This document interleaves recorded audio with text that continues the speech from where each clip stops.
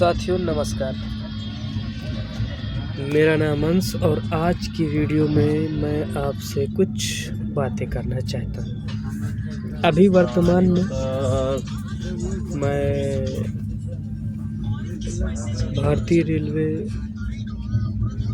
की सुविधाओं का लाभ उठा रहा हूँ। इंडियन रेलवे में बैठा हुआ हूँ और इस समय जो मेरी एग्जैक्ट लोकेशन है लैटिट्यूड लैंगिट्यूड को देखा जाए तो मैं पंजाब की धरती पे हूँ और उसमें भी और एग्जैक्ट होने का प्रयास करें तो मैं पठानकोट रेलवे स्टेशन से जस्ट पहले हूँ, यानी पठानकोट का एरिया शुरू हो गया। मैं कुछ झलक दिखाना चाहता हूँ। बात लो प्लीज, क्योंकि इसमें कैमरा बैक नहीं है तो मुझे ऐसे ही दिखाना पड़ेगा। हालांकि ये देख सकते हैं।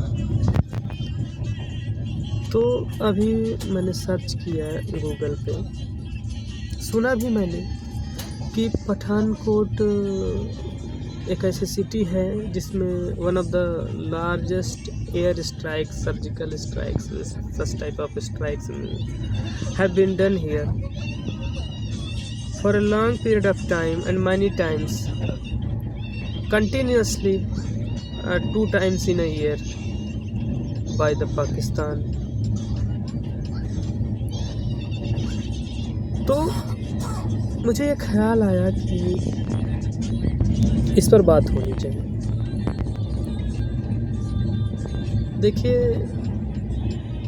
जैसे जैसे हम भूमि में आगे बढ़ते हैं, ज़मीन का विस्तार करते हैं, सारी लड़ाई शोहरत की है, भूमि की है। हम जैसे जैसे आगे बढ़ते हैं तो हमें अलग कल्चर दिखता है, लोग अलग दिखते हैं, अलग सोच हो सकती है, अलग रहन सहन हो सकता है, अलग एटीट्यूड हो सकता है, उनका तरीका अलग हो सकता है वो रात को जगते हो, दिन में सोते हो, हर चीज़ अलग हो सकती है। लेकिन कुछ चीज़ें हैं जो कभी नहीं बदलती।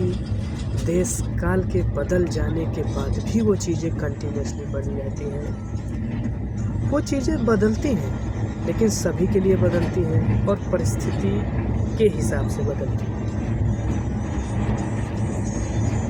पर फिर भी हम एक दौड़ में लगे हुए हैं, वही शोहरत, उसी की दौड़ में। पाकिस्तान चाहता है कि वो भारत के कश्मीर को कब्जा कर ले, भारत चाहता है कि वो पाकिस्तान के जो हमारा कब्जा किया हुआ है कम से कम उसे ले ले। होना चाहिए एक अपना अलग, इस पर बातें की जा सकती है। पर जैसे जैसे स्थान, लोग, देश, भाषाएं, रहन सहन बदलता है, वैसे वैसे एक चीज़ कांस्टेंट होती जाती है, वो है पर्पस ऑफ लाइफ।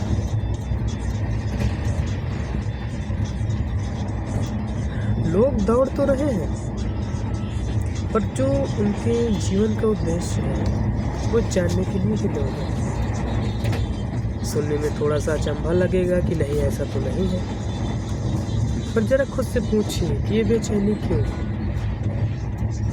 है? ये बेचैनी क्यों चाहते हो कि लोग तुम्हें कुछ समझें? क्यों चाहते हो कि लोग तुम्हें जानें? क्यों चाहते हो कि लोग तुम्हें सुनें? क्यों?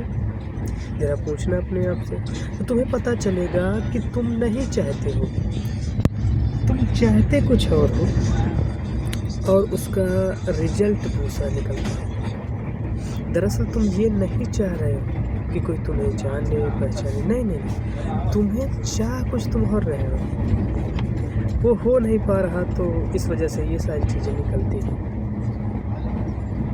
जो तुम चाह रहे हो वो तुम्हारे अंतरात्मा की पुकार है, तुम्हारे हृदय की धड़कन है और वहीं से आवाज़ आ रही है जिसे तुम सुन नहीं पा रहे हो और दौड़े चले जा रहे हो।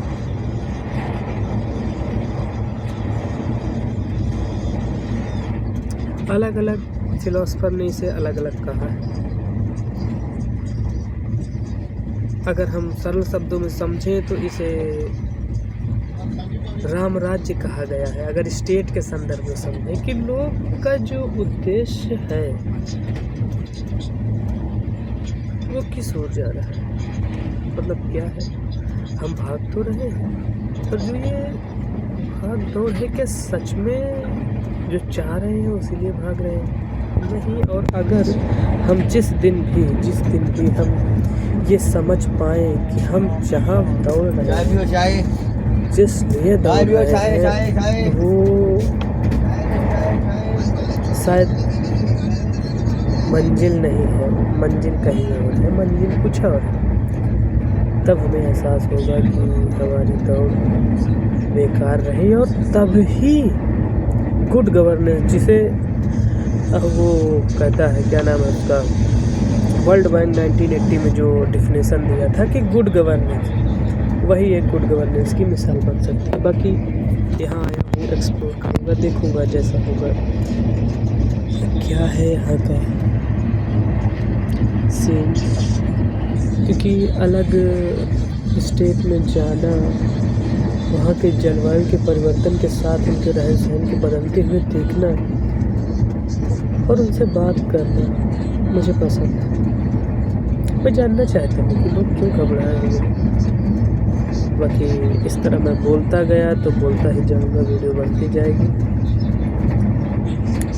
हर चीज़ के कई सारे नज़रिए होते हैं, किसी एक नज़रिए से हम किसी एक बात को नहीं कह सकते, कभी नहीं कह सकते।